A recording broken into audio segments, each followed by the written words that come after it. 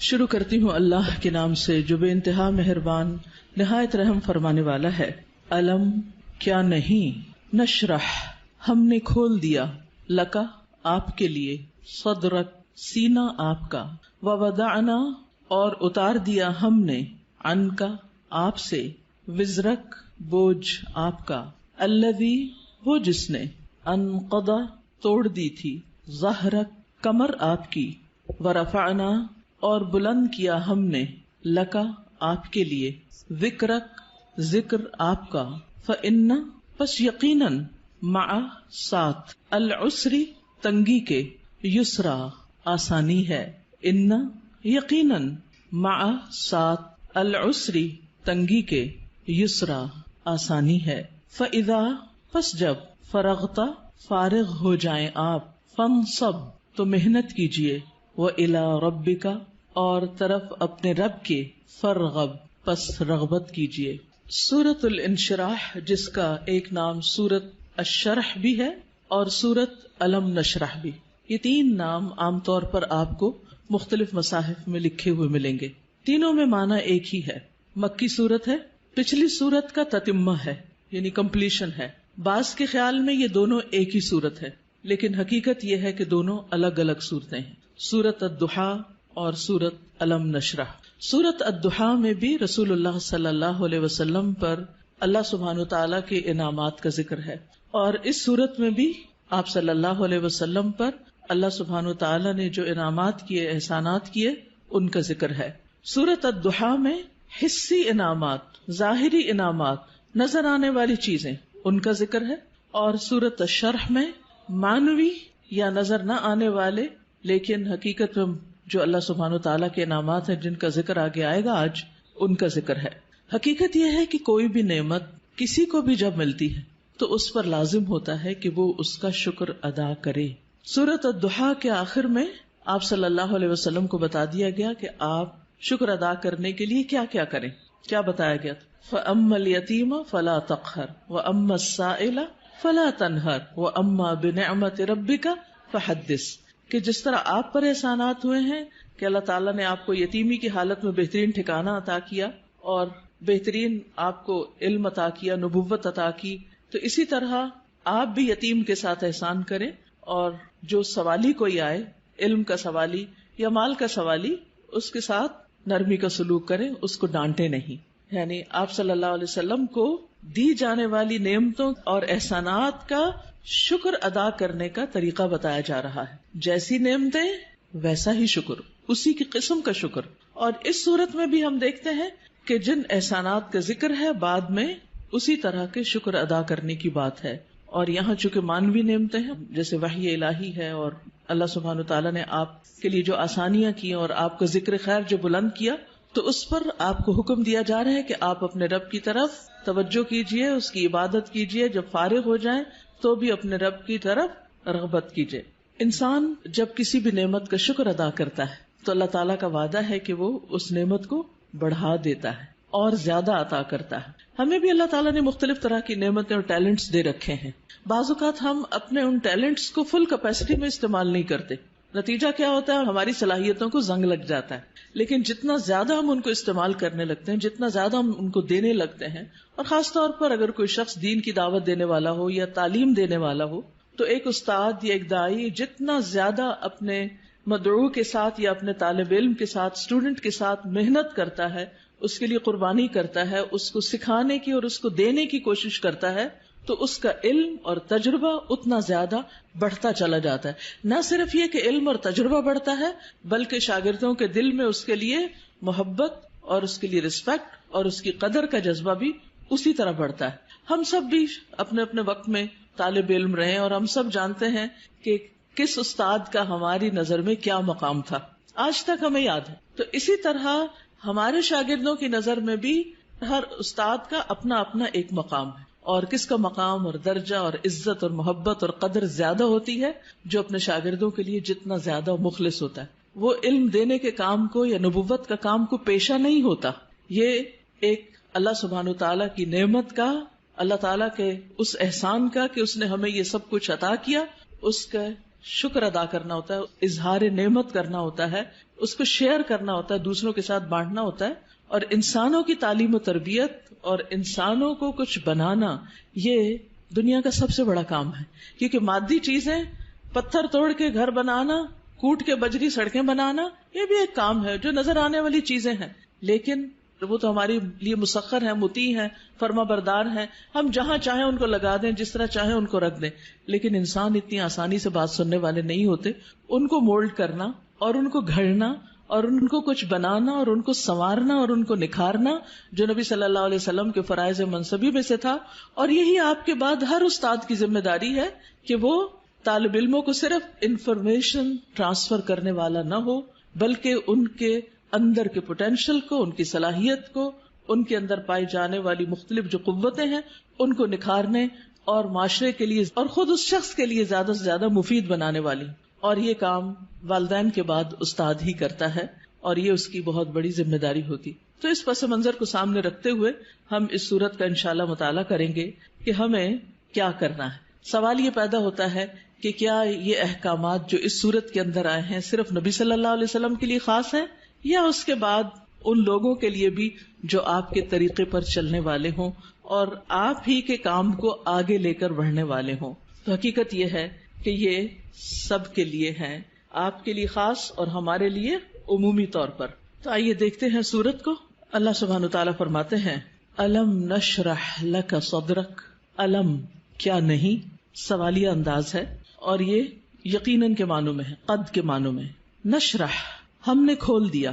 شرح کا لفظ ہوتا ہے کسی چیز کو چھوٹے چھوٹے ٹکڑے کر کے، جیسے گوشت ہے تو گوشت کے چھوٹے چھوٹے سلائسز کرنا، اس کو کاٹنا. تشریح سرجری کے لیے بھی آتا ہے.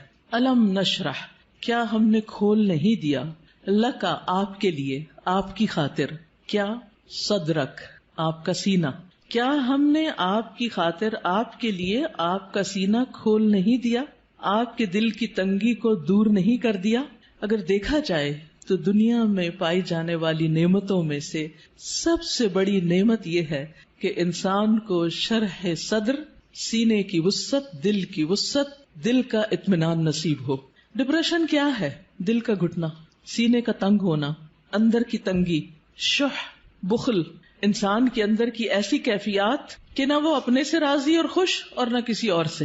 اللہ سبحانہ وتعالیٰ نے ہمارے دل کو ہر چیز سے مختلف بنایا ہے. باقی جتنی بھی چیزیں ہیں ان میں جب ہم کچھ ڈالتے ہیں تو وہ بھر جاتی ہیں، تنگ ہو جاتی ہیں. لیکن دل اگر نرم ہو تو اس میں جتنی بھی علم اور حکمت اور خیر کی چیزیں ڈالی جائیں وہ اتنا ہی زیادہ وسیع ہوتا چلا جاتا ہے، اتنا ہی زیادہ کھلتا چلا جاتا ہے، اتنا ہی اس میں انبساط آتا ہے، اتنی ہی زیادہ اس میں خوشی اور اطمینان آتا ہے.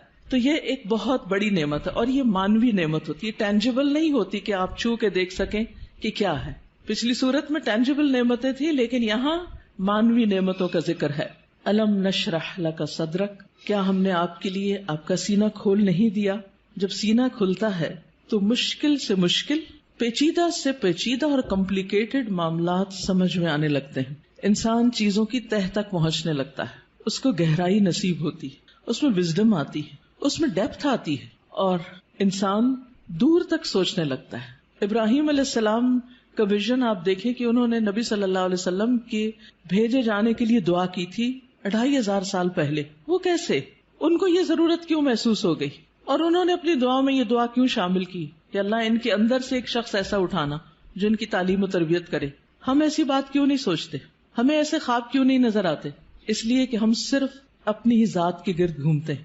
سیلفش، دل چھوٹا ہے، نظر کوتا ہے، تنگ ہے، شارٹ سائٹڈ ہے، دور کی چیزوں کو نہیں دیکھ پاتے، صرف قریب کے فائدوں کو دیکھتے ہیں. آج مجھے کیا مل رہا ہے ہم اس کو دیکھتے ہیں، کل میری کوششوں کا صلہ کیا نکلے گا، کیا ملے گا مجھے، اس کی طرف ہماری نگاہ نہیں جاتی. لہٰذا جو لوگ شارٹ ٹرم گولز کے لیے کام کرتے ہیں وہ کوئی بڑا کام کبھی بھی نہیں کر سکتے، اور جو لوگ دور تک سوچتے ہیں، اور وہ وہی سوچتے ہیں جن کے اندر وسعت ہوتی، جن کا دل بڑا ہوتا ہے، جن کی نگاہ دور تک دیکھتی ہے. تو الم نشرح لک صدرک کیا ہم نے آپ کے لیے آپ کا سینہ کھول نہیں دیا. آپ کے لیے اللہ سبحانہ و تعالیٰ نے خیر اور بھلائی کے رستے کھول نہیں دیے، کیونکہ جب تک دل کھلتا نہیں، یہاں صرف دل کی بھی بات نہیں کی گئی، پورے سینے کی گئی، چیسٹ، اور چیسٹ کے اندر دل. چیسٹ کی جگہ زیادہ ہوگی تو پھر باقی چیزوں کے اندر بھی وسعت آئے گی. تو نبی صلی اللہ علیہ وسلم کو اللہ سبحانہ وتعالی نے یہ خاص صلاحیت دی تھی جس کی وجہ سے آپ نبوت کا کام لینے کے قابل ہوئے تھے. اسی لیے قرآن آپ کے قلب پر نازل ہوا تھا اور آپ نے اس کو محفوظ کیا تھا. اسی لیے پھر اس کو صحیح طور پر سمجھ کر آگے بیان کیا تھا، کیونکہ ان سب چیزوں کا تعلق شرح صدر کے ساتھ ہوتا ہے. یہی وجہ ہے کہ ہم دیکھتے ہیں کہ موسیٰ علیہ السلام جب اللہ سبحانہ تعالیٰ نے ان سے بات کی، ہم کلام ہوئے اللہ تعالیٰ، اور ان کو اپنے کام کے لیے چن لیا، وَاصْطَنَعْتُكَ لِنَفْسِي، اور اللہ تعالیٰ نے ان کو اپنی رسالات سے نوازا، تو انہوں نے سب سے پہلی دعا کیا مانگی؟ رب اشرح لی صدری ویسر لی امری واحلل عقدۃ من لسانی یفقہوا قولی، کہ اللہ میرا سینہ کھول دے، یہ ساری بات مجھے بھی سمجھ آئے اور دوسروں کو بھی سمجھ آئے، اور میرا کام آسان کر دے، اور میری زبان کی گرہ کھول دے تاکہ لوگ بات سمجھ سکیں، اور مجھے میرے گھر والوں میں سے ایک مددگار میرے بھائی ہارون کو عطا کر. تو بہرحال اللہ سبحانہ تعالیٰ جس کے ساتھ بھلائی کا ارادہ کرتا ہے، من یرد اللہ بہ خیرا یفقہہ فی الدین، اور پھر افمن شرح اللہ صدرہ، کیا بھلا وہ جس کا سینہ اللہ نے کھول دیا، فہو علی نور من ربہ، اور وہ اپنے رب کی طرف سے ایک نور پر ہو. تو جس کا سینہ اللہ تعالیٰ کھول دے، اور خصوصاً جس کو اللہ ہدایت دینا چاہتا ہے، صحیح راستہ دکھانا چاہتا ہے، تو اس کے بارے میں کیا فرمایا؟ من یرد ان یہدیہ یشرح صدرہ للاسلام، جس کو اللہ ہدایت دینا چاہتا ہے اس کا سینہ اسلام کے لیے کھول دیتا ہے، اس کو وسعت عطا کر دیتا ہے، اس کے دل میں پھر اسلام کی محبت پیدا ہو جاتی، وہ اس کے لیے کچھ کرنا چاہتا ہے. اور ساری قربانیاں اس کے بعد ہی ہوتی ہیں جب انسان کا سینہ کھل جاتا ہے. اور پھر آپ دیکھیں کہ سینہ تنگ کب ہوتا ہے، دل تنگ کب ہوتا ہے؟ جب لوگ ہم پہ باتیں کرتے، جب لوگ ہمیں ہرٹ کرتے ہیں، تو پھر ان کی طرف سے ہمارا دل تنگ ہو جاتا، پھر ہم معاف نہیں کر سکتے، پھر ہم اپنے دل میں حسد اور بغض اور ان چیزوں کو بھر لیتے ہیں، پھر ہم ان لوگوں کے ساتھ خیر اور بھلائی نہیں کر سکتے. لیکن آپ دیکھیے کہ پیغمبروں کو لوگوں نے کون سا لقب ہے جو نہیں دیا، ساحر، کاہن، مجنون، شاعر، نہ جانے کیا کچھ. لیکن کیا انہوں نے ان باتوں کو دل میں رکھا اور لوگوں سے انتقام لیے اور جوابی کارروائیاں کی، یا ان کو معاف کر کے پھر بھی ان کی ہدایت کی دعائیں کرتے رہے؟ جنہوں نے پتھر مارے طائف کے سفر پر، آپ نے ان کے لیے کیا کیا؟ ان کے لیے بھی دعائیں کی. ہر موقع پر، نہ صرف یہ کہ نبی صلی اللہ علیہ وسلم نے، بلکہ باقی پیغمبروں میں. آج بھی جو شخص واقعی سچے دل سے اسلام کی خدمت کرنا چاہتا ہے، یعنی جس کے دل میں اسلام کی خدمت کا جذبہ ہے، اسے لازمی طور پر اپنے دل کی وسعت کے لیے دعا کرنی، اسے اپنے دل کو کھلا کرنا ہوگا، اسے لوگوں کو معاف کرنا ہوگا، اسے لوگوں کی غلطیوں سے درگزر کرنا ہوگا. اس کے علاوہ بعض لوگوں نے اس کا یہ معنی بھی بیان کیا ہے کہ نبی صلی اللہ علیہ وسلم کا شق صدر کیا گیا تھا، آپ کے سینے کو واقعی لٹرلی کھولا گیا تھا 2 مرتبہ، ایک دفعہ بچپن میں اور ایک دفعہ بڑے ہو کر معراج کے موقع پر. اور اس میں کیا ہوا تھا کہ آپ صلی اللہ علیہ وسلم کے پاس جبریل آئے، انہوں نے آپ کا سینہ کھولا، ساتھ ان کے سونے کا پیالہ تھا جس میں زمزم کا پانی تھا، آپ کا دل نکالا گیا اور پھر اسے زمزم کے پانی سے دھویا گیا اور واپس اس میں ایمان اور حکمت بھر کے اندر رکھ دیا گیا. تو لٹرلی بھی آپ کے سینے کو کھول کر آپ کو، یعنی کہ آپ کے دل کو صاف کر دیا گیا، اور اس میں کسی کے لیے کسی طرح کبھی کوئی حسد، بغض اور کوئی بھی چیز باقی نہ رہی. اور آج اسی چیز کی ہم سب کو بھی ضرورت ہے کہ ہمارے دلوں میں کسی کے لیے کوئی نفرت اور کوئی بھی حسد اور بغض نہ ہو، لوگوں کو معاف کرنا جانے اور خوش رہیں، مطمئن رہیں. ایسے ہی دلوں کے اندر ایمان آتا ہے، ایمان بڑھتا ہے، ایمان کی زینت ہوتی ہے، اور پھر ایسے ہی لوگوں کو ہدایت ملتی ہے، حق کی معرفت ملتی ہے.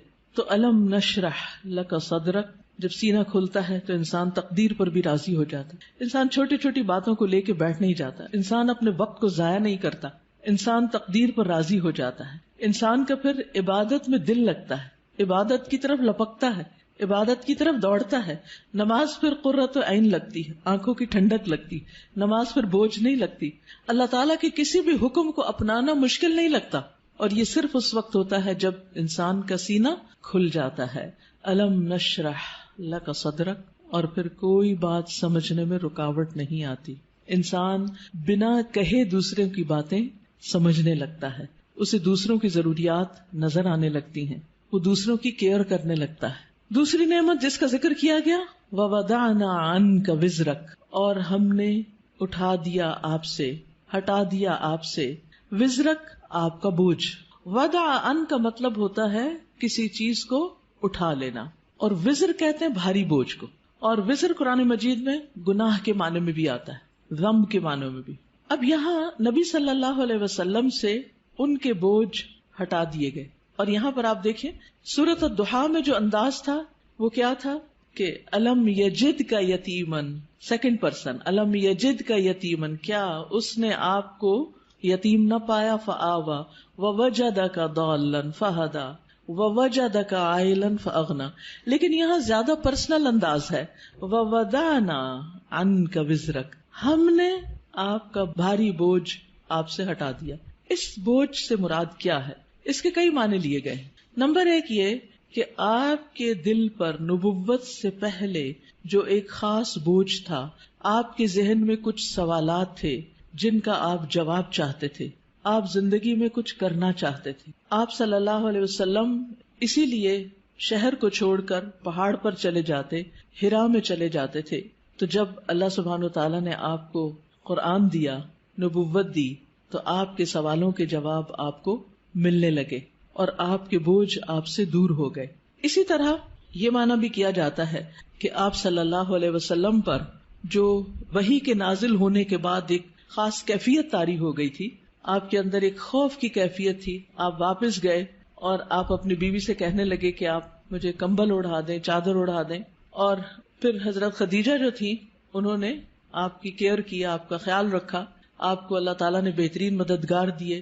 آپ کے پیغام پر سب سے پہلے حضرت خدیجہ ہی ایمان لے آئیں. پھر اسی طرح حضرت ابو بکر جو آپ کے دلی دوست تھے وہ آپ پر ایمان لے آئے.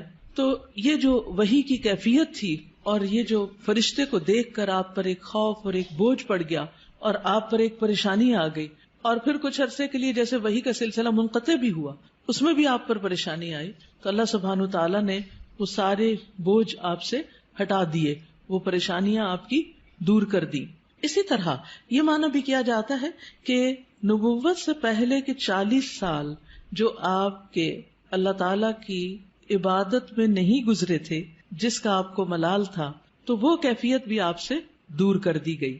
پھر اسی طرح یہ معنی بھی کیا گیا ہے کہ خلاف اولا جو کام آپ سے ہوئے، خلاف اولا کا مطلب یہ ہوتا ہے کہ پیغمبر کا درجہ اور مقام بہت بڑا ہوتا ہے. جیسے ایک مقولہ ہے نا کہ حسنات الابرار سیئات المقربین، جو نیک لوگوں کی نیکیاں ہوتی ہیں وہ مقربین کے غلطیاں شمار ہوتی ہیں.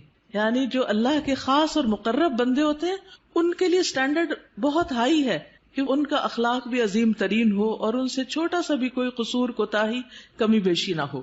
لیکن نبی صلی اللہ علیہ وسلم انسان بھی تھے. جیسے عبس وتولی میں آیا کہ ایک شخص آپ کے پاس آیا کچھ پوچھنے کے لیے، آپ نے تھوڑی سی اس سے بے رخی برتی. تو یہ بے رخی کیا تھی؟ یہ اللہ سبحانہ تعالیٰ کی نگاہ میں ایک قصور تھا آپ کا. تو وزر کا معنی قصور بھی کیا گیا ہے. تو اللہ تعالیٰ نے وہ بھی آپ کا اگلے پچھلے سب قصور معاف کر دیے اور آپ کے بوجھ آپ سے ہٹا دیے. وَوَضَعْنَا عَنْكَ وِزْرَكَ الَّذِي أَنْقَضَ ظَهْرَكَ، وہ جس نے آپ کی کمر توڑ دی، یعنی آپ کو جس کا بہت زیادہ بوجھ محسوس ہوتا تھا. نقیض ہوتا ہے کسی چیز کو اس طرح توڑنا کہ اس میں سے کڑکڑانے کی آواز ہو، یعنی کڑکڑاہٹ. جیسے چارپائی کے اوپر اگر زیادہ لوگ بیٹھ جائیں تو کیا ہوتا ہے، یا کبھی کرسی کے اوپر کوئی بھاری شخص بیٹھ جائے تو اس کے اندر سے جو آواز نکلتی ہے نا، تو وہ کیا کہلاتی ہے؟ نقیض کہلاتی ہے. تو انقض ظہرک یعنی جس نے آپ کی پیٹھ کو بوجھل کر دیا تھا. آپ کے اوپر ایسی ذمہ داری آ پڑی تھی کہ آپ اس کی وجہ سے بہت دبے ہوئے یا آپ بہت اس کی وجہ سے بوجھل محسوس کر رہے تھے. تو اللہ سبحانہ تعالیٰ نے وہ بھی آپ سے دور کر دیا. وَرَفَعْنَا لَكَ ذِكْرَكَ، اور آپ کا ذکر خیر بلند کر دیا، یعنی آپ کو شہرت عطا کی، آپ کو بلندی عطا کی. نہ صرف یہ کہ آپ کو بلکہ آپ کے ذکر کو، یعنی آپ کے نام کو، آپ کے مقام کو، آپ کے درجے کو بہت بلندی ملی. اور اس کے لیے ایک حدیث میں آتا ہے کہ نبی صلی اللہ علیہ وسلم نے فرمایا کہ جبریل علیہ السلام میرے پاس آئے اور کہا کہ آپ کا رب کریم پوچھتا ہے کہ آپ کیا جانتے ہیں کہ میں نے آپ کے ذکر کو کس طرح بلند کیا ہے؟ رفعنا لک ذکرک کیسے ہوا؟ میں نے جواب دیا کہ اس حقیقت کو اللہ تعالیٰ ہی بہتر جانتے ہیں. تو اللہ تعالیٰ نے فرمایا کہ آپ کے ذکر کی بلندی کی کیفیت یہ ہے کہ جہاں میرا ذکر کیا جائے گا وہاں آپ کا بھی ذکر کیا جائے گا، یعنی نبی صلی اللہ علیہ وسلم کا ذکر بھی. اور اسی لیے ہم دیکھتے ہیں کہ جب ایک شخص مسلمان ہوتا ہے تو کیا پڑھتا ہے؟ لا الہ الا اللہ اور محمد الرسول اللہ، یعنی اسلام میں انٹر ہونے کے لیے جو کلمہ پڑھا جاتا ہے. اسی طرح اشہد ان لا الہ الا اللہ و اشہد ان محمدا عبدہ و رسولہ. پھر اسی طرح آپ دیکھیے کہ 5 وقت جو نماز ہوتی ہے آذان، اس میں اشہد ان لا الہ الا اللہ و اشہد ان محمد الرسول اللہ. پھر نماز میں تحیات اور پھر اس کے بعد درود شریف، اس میں بھی نبی صلی اللہ علیہ وسلم کا ذکر ہوتا ہے.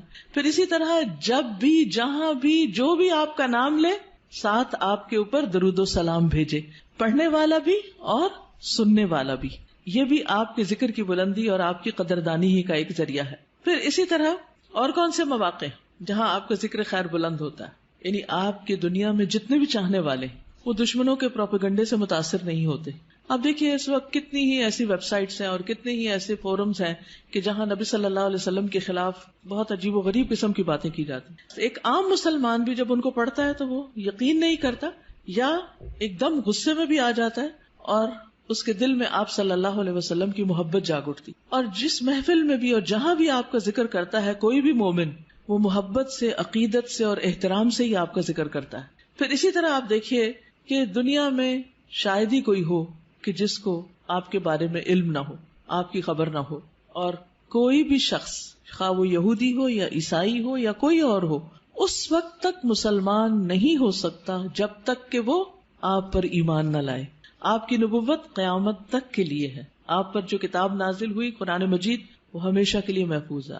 باقی انبیاء کے معجزات ان کے ساتھ ہی دنیا میں سے ختم ہو گئے، لیکن نبی صلی اللہ علیہ وسلم کا معجزہ کیا ہے؟ قرآن مجید. یعنی جہاں قرآن کا ذکر آتا ہے وہاں آپ کا ذکر آتا ہے کہ آپ پر نازل ہوا. اور پھر اس طرح بھی آپ کا ذکر خیر ہوتا ہے، آپ کے درجات میں بلندی ہوتی ہے. جمعے کو خطبہ دیا جاتا ہے یا کوئی بھی لیکچر دیا جاتا ہے تو ہم شروع میں کیا کہتے ہیں؟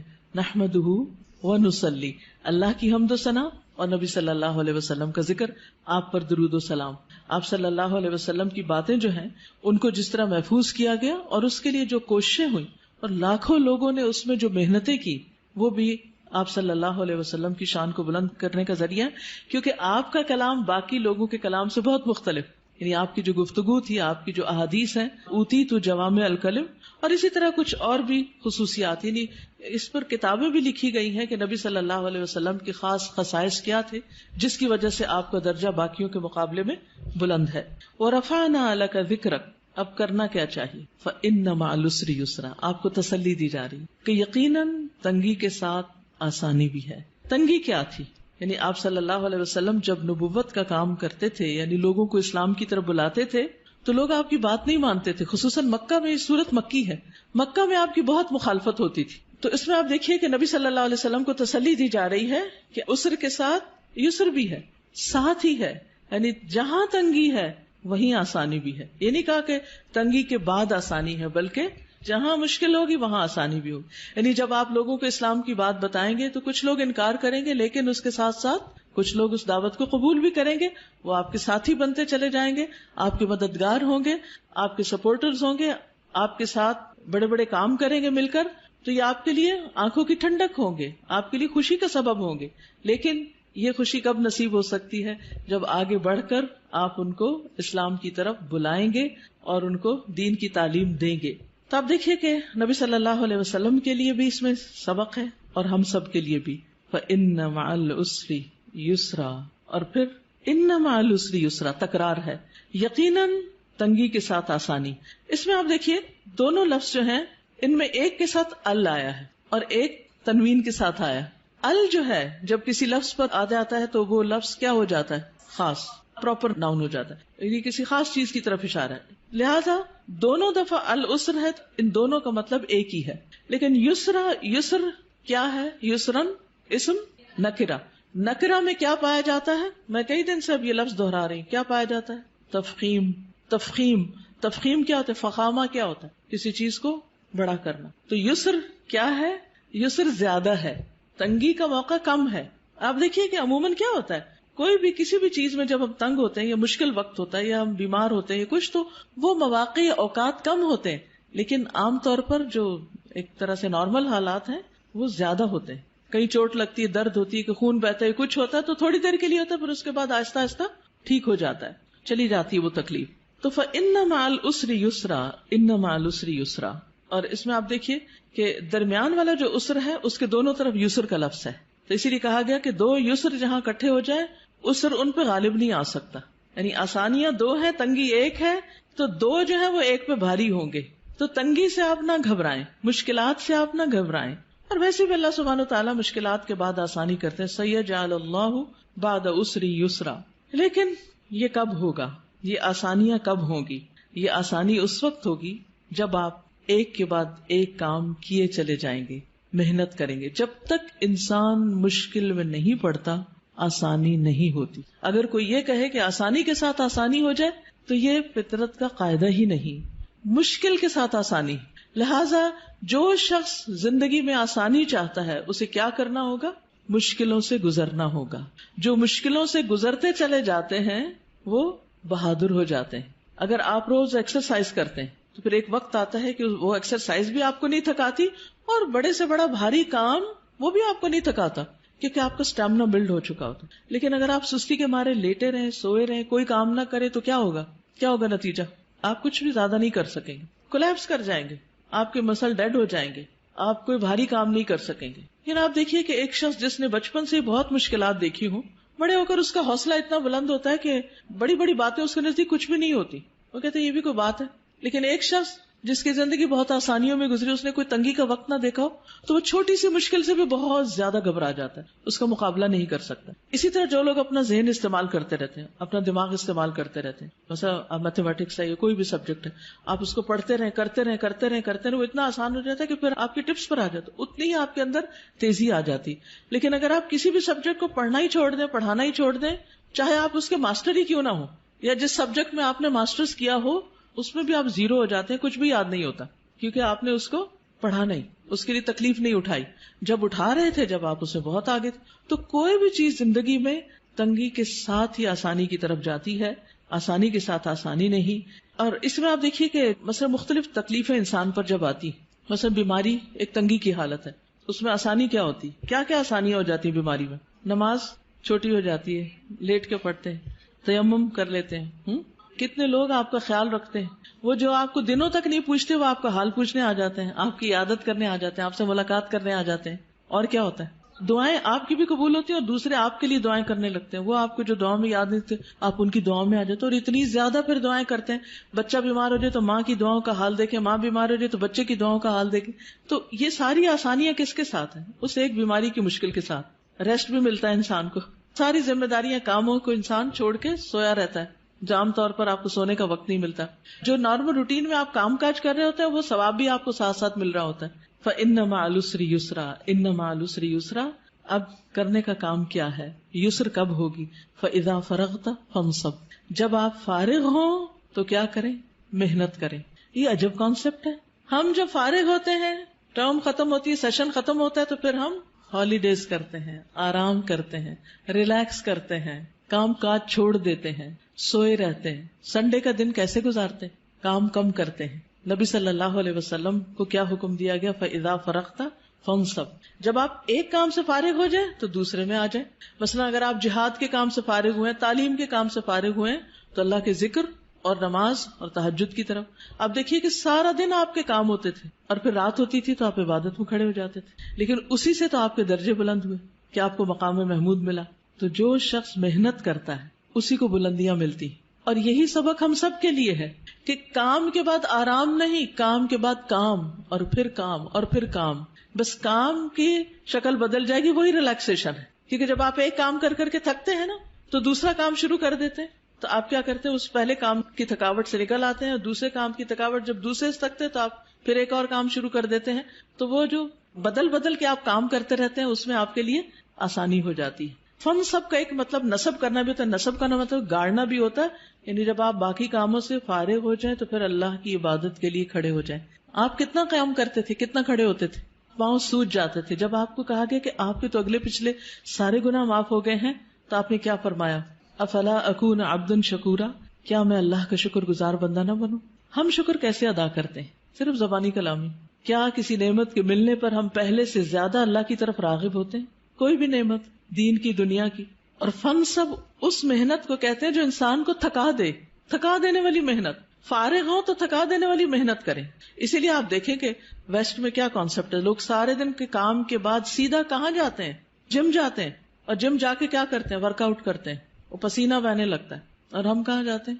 بستر پہ جاتے ہیں، کھانے پہ جاتے ہیں، کام کے بعد کام، سخت محنت. آپ دیکھیے فَإِذَا فَرَغْتَ فَانْصَبْ، اسے کس نے لے لیا؟ جو آج دنیا میں ترقی کر گئے. اور ہم جو الٹے چل رہے ہیں پیچھے ہی جا رہے ہیں. الٹا چلنے والے پیچھے جاتے ہیں.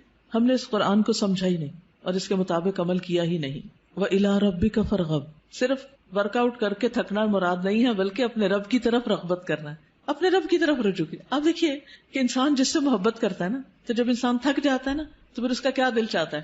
اب اس سے بات کرے، اب اس سے ملاقات کرے.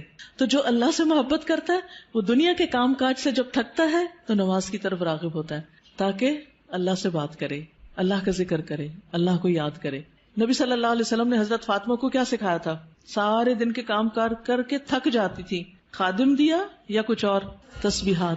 یہ تسبیحات پڑھ لیا کرو، تھکاوٹ دور ہو جائے گی. اور واقعی آپ بھی پڑھ کے دیکھیے، اِلَىٰ رَبِّكَ فَارْغَب، تھکاوٹ دور ہو جائے گی، انسان بالکل ریلیکس ہو جاتا ہے. جب انسان اور کام کر کر کے تھک جاتا ہے نا، تو میں تو ہمیشہ سمجھتی ہوں کہ نماز ریلیکس کرنے کے لیے آتی، ذکر بھی ہو رہا ہوتا ہے، ایکسرسائز بھی ہو رہی ہوتی. جب آپ پڑھ کے اٹھتے ہیں تو بالکل یوں ریلیف ملتا ہے جیسے وَوَضَعْنَا عَنْكَ وِزْرَكَ، سارے بوجھ اتر گئے، سارے گلے شکوے ختم، جو مشکلات ہیں ان کے لیے دعا کر لی، اللہ تعالیٰ کے آگے رو دھو لیے، دل کے بوجھ بھی اتر گئے، جسمانی بوجھ بھی اتر گئے. ویسے بھی کہ کوئی ہے ہماری سننے والا، تو یہ اسی کو نصیب ہوتا ہے جو اللہ کی طرف رغبت کرتا ہے. اسی طرح بعض اس کا معنی یہ بھی لیا ہے کہ نماز پڑھنے کے بعد پھر آپ ایک دم اٹھ نہ جائیں بلکہ نماز کے بعد کے اذکار کریں. اسی طرح دنیا کے کاموں کے بعد عبادت کریں، عبادت کے بعد دنیا کے کام کریں، یعنی ایک کام کے بعد دوسرا کام. اس طرح ایک بیلنس ہوتا ہے، کیونکہ بہت سے لوگ جو دین کی دعوت دیتے ہیں بس وہ پڑھنے پڑھانے میں لگے رہتے ہیں، عبادت سے غافل ہو جاتے ہیں. عبادت ایکولی امپورٹنٹ ہے، ذکر اذکار ایکولی امپورٹنٹ ہے. نتیجہ کیا ہوتا ہے؟ طرح طرح کی مشکلات کا شکار ہو جاتے. پھر وہ ایک روحانی اسٹرینتھ اور ایمانی قوت نہیں ہوتی، لہٰذا وہ آنے والے چیلنجز اور مشکلات کا مقابلہ نہیں کر سکتے. وہ جو بڑے جذبوں کے ساتھ ایک کام شروع ہوتا ہے وہ کیا ہوتا ہے؟ نیچے بیٹھ جاتا ہے اور انسان پیچھے ہٹنے لگتا ہے. تو اس لیے بہت ضروری ہے کہ انسان دنیا کا کام اور اس کے ساتھ ساتھ عبادت کا کام، دین کی تبلیغ کا کام اور اس کے ساتھ ساتھ اللہ کا ذکر اور عبادت، یہ پرفیکٹ بیلنس قائم کر دیتا ہے. ورنہ نبی صلی اللہ علیہ وسلم نے فرمایا، یا ابن آدم، اے آدم کے بچے، تفرغ لعبادتی، اللہ سبحانہ وتعالیٰ فرماتے ہیں اے آدم کی اولاد میری عبادت کے لیے فارغ ہو، وقت نکالو. املا قلبک غنا، میں تمہارے دل کو غنا، بے نیازی سے بھر دوں گا، دل کو راحت دے دوں گا. واملا یدیک رزقا، اور تیرے دونوں ہاتھ رزق سے بھر دوں گا، رزق دوں گا تمہیں. یا ابن آدم، اے آدم کے بیٹے، لا تبعد منی، مجھ سے دور نہ ہونا، عبادت سے منہ نہیں موڑنا. فاملا قلبک فقرا، ورنہ تیرے دل کو محتاجی سے بھر دوں گا. ہر وقت تمہیں غم پریشانی لگی رہے گی کہ میرے پاس کچھ نہیں، میری یہ بھی ضرورت ہے، یہ بھی، اس چیز کا کیا ہوگا، اس کام کا کیا ہوگا، یہ ضرورت کہاں سے پوری ہوگی. فکر فکر فکر. واملا یدیک شغلا، اور تیرے دونوں ہاتھ کام سے بھر دوں گا، تجھے کاموں سے فرصت نہیں ملے گی اور تیرے دل کو پریشانی سے نجات نہیں ملے گی. کیوں؟ اس لیے کہ تو عبادت کے لیے وقت نہیں نکالتا. تو ہم سب کو پریشانی اور سخت مصروفیت سے بچنے کے لیے اپنی عبادت کے لیے وقت نکالنا لازم ہے. اور اس میں آپ دیکھیے خاص طور پر فجر کے وقت نماز، اذکار، قرآن کی تلاوت، دن کا آغاز اللہ کی عبادت سے ہو، کیونکہ اگر اس میں اللہ کی عبادت کا عنصر شامل نہیں تو پھر انسان تکلیفات سے نجات نہیں پا سکتا. کچھ لوگ جب ان کو دنیا میں مشکلات آتی ہیں تو اللہ سے اور دور ہو جاتے ہیں، کچھ لوگ اللہ کی طرف راغب ہوتے ہیں. اب کل ہی کسی نے مجھے فون کیا کہ میرا ایک بھائی ہے، حافظ قرآن ہے، لیکن دین سے دور ہو گیا ہے کیونکہ اس کو کوئی جاب نہیں ملی، اس کو بیماری لاحق ہو گئی وغیرہ وغیرہ. اب نمازوں میں بھی کوتاہی ہے اور قرآن بھی نہیں پڑھتا. میں نے کہا اس کا حل صرف یہی ہے کہ وہ ان دو چیزوں کی پابندی شروع کرے، ساری مشکلات دور ہو جائیں گی. اور دوسرا بھائی کہتی ہے اس کو بھی پریشانی آئی تھی لیکن وہ اور زیادہ اللہ کی طرف راغب ہو گئے، جاب بھی اچھی مل گئی اور ویسے بھی خوشحال مطمئن ہے، زندگی بھی ٹھیک گزر رہی. یہ جو زندگی میں پریشانیاں آتی اس لیے ہے کہ اللہ تعالیٰ کیا چاہتا ہے کہ بندے تھوڑا وقت میرے لیے بھی نکالو، کیونکہ اللہ نے ہمیں اپنی عبادت کے لیے پیدا کیا. اور جب ہم اس میں ڈنڈی مارتے ہیں، صرف فرض پر اکتفا کرتے ہیں، سنت اور نفل کی طرف جاتے ہی نہیں. یعنی اذا فرغت فانصب میں یہ بھی معنی لیا گیا ہے کہ فرض نماز کے بعد سنتوں کا اہتمام کرو، نفلوں کا اہتمام کرو، صرف فرض پر اکتفا نہ کرو. تو جب ہم فرائض میں ڈنڈی مارنے لگتے ہیں تو ہمارے کام ختم ہی نہیں ہوتے اور تھکاوٹ ختم ہی نہیں ہوتی اور پریشانیاں ختم ہی نہیں ہوتی. تو حل کس میں ہے؟ عبادت میں. ہم سب سوچیں کہ اپنی فرصت کے اوقات کو کیسے گزارتے ہیں. کامیاب وہی ہے جو فراغت کے لمحات کا بیسٹ استعمال جانتا ہو، بہترین استعمال جانتا ہو. وقفات التدبریہ میں نمبر 7 ہے الم نشرح لک صدرک وانما خص الصدر. یہاں صدر یعنی سینے کو مخصوص کیا گیا ہے لأنه محل احوال النفس من العلوم والادراکات، کیونکہ وہ دل کے حالات، نفس کے احوال کا ٹھکانہ ہوتا ہے. یعنی سارے غم، پریشانیاں، دکھ، خوشیاں، ہر چیز دل میں ہی ہوتی ہے، سینے میں ہی ہوتی ہے. والادراکات، اور جتنے بھی ہمارے پرسپشنز ہیں وہ سب بھی.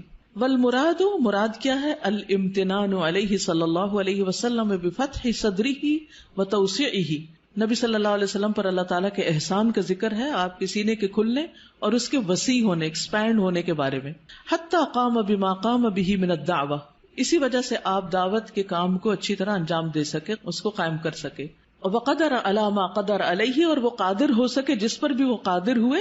من حمل آباء النبوۃ، نبوت کے بوجھ اٹھانے کے، وحفظ الوحی، اور وحی کی حفاظت یا اس کو یاد کرنے کے. یعنی اسی لیے آپ صلی اللہ علیہ وسلم نے جو کام کیا اتنا بڑا 23 سال کے اندر، اس دل کی وسعت، سینے کی وسعت کی وجہ سے ہی کر سکے. بڑا شخص وہ ہوتا ہے جس کا سینہ اور دل بڑا ہوتا ہے، چھوٹا پن دل کا چھوٹا پن ہوتا ہے. وَمَن يُوقِ شُحَّ نَفْسِهِ فَأُولَٰئِكَ هُمُ الْمُفْلِحُونَ. جو دل کی تنگی سے بچایا گیا وہی دراصل کامیاب ہونے والے ہیں. السؤال لماذا خص الصدر فی الآیۃ الکریمہ وما المراد بذلک. اس آیت کریمہ میں، آیت کریمہ صرف لا الہ الا انت سبحانک نہیں، ہر آیت کریمہ ہوتی. اس معزز آیت میں سینے کو کیوں خاص کیا گیا ہے اور اس سے مراد کیا ہے؟ کیونکہ سارے ہمارے جو احساسات، جذبات، سارے کے سارے دل سے متعلق ہوتے ہیں، سینے سے متعلق ہوتے ہیں. اور پھر اس سے مراد یہ ہے کہ سینے کی وسعت کے ساتھ ہی انسان وسیع کاموں کے قابل ہوتا ہے. نیکسٹ پیج کو دیکھیے. فَإِنَّ مَعَ الْعُسْرِ يُسْرًا إِنَّ مَعَ الْعُسْرِ يُسْرًا فَالْعُسْرُ وَإِن تَكَرَّرَ مَرَّتَيْنِ فَتَكَرَّرَ بِلَفْظِ الْمَعْرِفَةِ فَهُوَ واحد. عسر اگرچہ 2 بار آیا ہے لیکن معرفہ آیا ہے، ال کے ساتھ آیا ہے، اس لیے اس کا ایک ہی معنی ہوگا، یعنی عسر ایک ہی شمار ہوگا دونوں آیتوں میں. وَالْيُسْرُ تَكَرَّرَ بِلَفْظِ النَّكِرَةِ، اور یسر جو ہے نکرہ کے طور پر آیا ہے 2 بار. فَهُوَ يُسْرَانِ، تو معنی 2 آسانیاں ہوگا. فَالْعُسْرُ مَحْفُوفٌ يُسْرَيْنِ، عسر یسرین 2 آسانیوں کے ساتھ گھرا ہوا ہے. یسر قبلہ و یسر بعدہ، پہلی آسانی اور بعد کی آسانی. فَلَن يَغْلِبَ عُسْرٌ يُسْرَيْنِ، عسر 2 آسانیوں پہ غالب آ ہی نہیں سکتا. السؤال اليسر اوسع من العسر، یسر عسر سے زیادہ وسیع ہے. وضح ذلك في ضوء هاتين الآيتين، ان 2 آیتوں کی روشنی میں اس کی وضاحت کیجیے، پیچھے وضاحت ہو چکی ہے. پھر اس میں معنی الکلمات میں دیکھیے. انقذ کا معنی ہے اثقل، بوجھل ہو گیا. فرغتا، فرغتا کا معنی من اشغال الدنیا، دنیا کی مصروفیات سے جب آپ فارغ ہوں. فانصب فجد فی العبادہ، عبادت میں محنت کیجیے. فرغب فتوجہ واطلب وتضرع، توجہ کیجیے، طلب کیجیے اور آہوزاری کیجیے. عمل بالآیات میں اشغل احد اوقاتک فراغک بعبادت، اپنی فراغت کے اوقات میں سے کسی وقت کو عبادت میں لگا لیجیے، مشغول کر لیجیے. فَإِذَا فَرَغْتَ فَانْصَبْ وَإِلَىٰ رَبِّكَ فَارْغَب. ایک چھوٹی سی چیز سیلف انالیسس کے لیے کہ اپنی زندگی میں پائی جانے والی کسی بھی تکلیف یا کسی بھی مشکل کو لکھیں اور پھر اس مشکل کے ساتھ آپ کو کیا کیا آسانیاں ملی یا اس مشکل کی وجہ سے اس کو بھی لکھیں. مشکل کیا ہے اور اس کے ساتھ آسانی کیا ہوئی. دوسری چیز، فارغ وقت کب ہوتا ہے اور اس میں آپ کیا عبادت کر سکتے ہیں. اپنی موجودہ عبادت میں کچھ نہ کچھ مزید انکریز کریں، اضافہ کریں. استاذہ میں یہ سوچ رہی تھی کہ یہ ہمیں واقعی غور کرنا چاہیے، کیونکہ بہت سارے ہمارے ایسے اوقات ہوتے ہیں جو بیسیکلی فارغ ہوتے ہیں لیکن ہم ان کو فارغ سمجھ نہیں رہے ہوتے. جیسے ٹریولنگ کا اگر بہت سارا لمبا ٹائم ہے نا، بالکل، تو ہم یعنی اس میں ہم کتنا کچھ کر سکتے ہیں نا، لیکن ہم اس میں نہیں کرتے کیونکہ ہمارا کچھ پلان نہیں ہوتا کہ ہم نے اس میں کچھ پڑھنا ہے یا کچھ ذکر کرنا ہے یا کچھ عبادت کرنا ہے. یہ ہمارے ہی ملک میں ہے عام طور پر، افسوس کے ساتھ اس وقت کے ہم مسلمانوں کی حالت ہے. ورنہ اگر آپ ویسٹ میں جائیں، کسی بس میں ٹریول کریں، ٹرین میں کریں، لوگ نیوز پیپرز، کتابیں، مختلف چیزیں پڑھتے ہی نظر آئیں گے. ہر شخص کچھ نہ کچھ کر رہا ہوگا، یعنی سفر کے وقت کو استعمال کرنا. اسی طرح کسی بھی انتظار کے وقت کو، ڈاکٹر کے پاس انتظار کر رہے ہیں، گاڑی کے آنے کا انتظار کر رہے ہیں، کسی شخص کا انتظار کر رہے ہیں، اس وقت کو بھی آپ پروڈکٹیو بنائیں.